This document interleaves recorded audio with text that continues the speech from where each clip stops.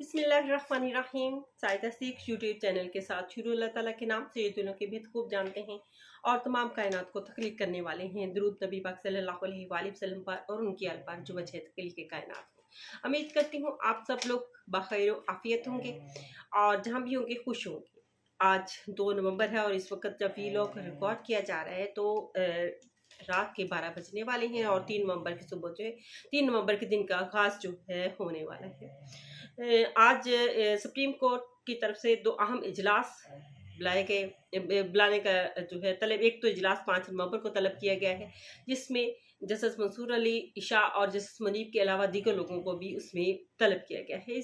और आज एक इजलास हुआ जिसकी सदारत जो की है वो चीफ जस्टिस याहिया अफरीदी ने की। उस हवाले से भी हम बात करेंगे, लेकिन उससे पहले थोड़ा सा आपसे डिस्कस करते जाएं कि जब से जिस जस्टिस याहिया अफरीदी ने चीफ जस्टिस के तौर पर जब से हलफ उठाया है तो उनके जो किए गए इस वक्त तक के जो फैसले हैं वो उनके रास्ते की तायन जिस रास्ते पर वो चलना चाह रहे हैं उन्होंने वाज़ेह तौर पर बता दिया है। और ये सिस्टम के लिए एक पैगाम है, सिस्टम के लिए एक मैसेज है कि अब भी वो इस बात को ना समझे तो फिर एक हैरानी की बात है। लेकिन यकीनी तौर पर सिस्टम समझ चुका होगा कि सुप्रीम कोर्ट क्या चाह रही है, इंसाफ चाह रही है, अदालतों के निज़ाम को बेहतर करना चाह रहे हैं और चीफ जस्टिस याहिया अफरीदी के इन फैसलों से लगता है कि वो सुप्रीम कोर्ट की या इंसाफ की उस साख को बहाल करना चाहते हैं जो होनी चाहिए, जो खो गई है उसको साख को बहाल करना चाहते हैं। उसी हवाले से उन्होंने 5 नवंबर को एक अहम इजलास तलब किया गया है और इस अहम इजलास में बहुत अहम फैसला भी मतवक्को है। और उससे पहले आज एक इजलास बुलाया गया और ये इजलास भी अपनी अहमियत का अहम इजलास था। इसकी सदारत याहिया अफरीदी, चीफ जस्टिस याहिया अफरीदी ने खुद की और इसमें ये लाहौर में इजलास हुआ और इस एक में आलिया नीलम साहिबा चीफ जस्टिस लाहौर उन्होंने भी शिरकत की। इसके अलावा इसमें इंतज़ामी जज शम्स मिर्ज़ा साहब ने भी शिरकत की और इसके अलावा रजिस्ट्रार सुप्रीम कोर्ट ने शिरकत की। सेंट्रल जेल लॉ सुपरिटेंडेंट सेंट्रल जेल उन्होंने शिरकत सुपरिटेंडेंट जो जेल हैं लॉ के उन्होंने इसमें शिरकत की। इसके अलावा सुपरिटेंडेंट जेल लाहौर ने भी इसमें शिरकत की।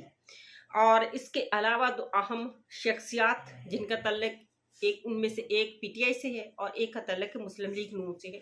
और ये 2 लोग वो लोग हैं जो पीटीआई के दौर में नून लीग का एक बंदा जो है वो जेल में था और जो है एक अब नून लीग के दौर में पीटीआई की बंदा जो है वो जेल में था। उनमें के नाम मैं आपको बताती हूँ। खतीजा शाह पीटीआई की उन्होंने शिरकत की और सेनेटर अहद चीमा मुस्लिम लीग नून के उन्होंने उनको इस अजलास में जो बुलाया गया।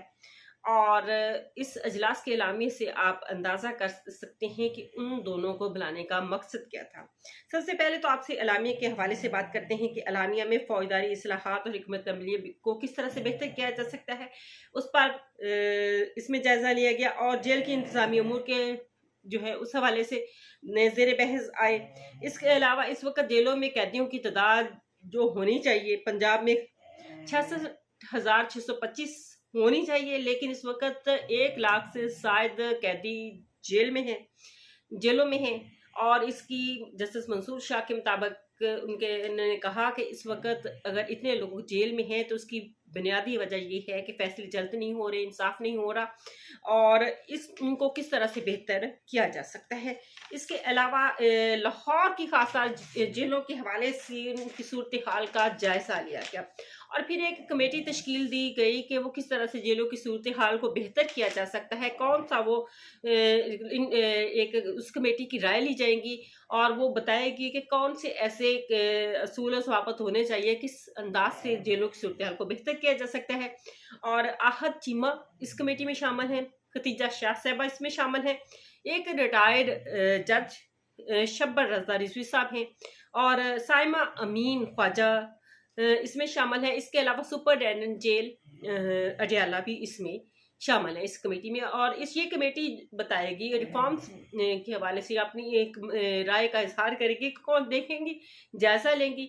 और आप अहद टीमा के और खतीजा शाह का इस इजलास में से आप वाजे हो गया कि उनको क्यों इस कमेटी में शामिल किया गया, कि ये वो अहद लोग हैं जो अपनी अपनी जमात के हवाले से जेलों में रहें, और फिर जेलों की सूरत में इनके साथ खतीजा शाह के साथ क्या सलूक हुआ और राहत चीमा के साथ क्या सलूक हुआ, कौन सी चीज़ें थी जो दोनों महसूस करते हैं कि होनी चाहिए और इनके साथ इस तरह से जुल्म हुआ।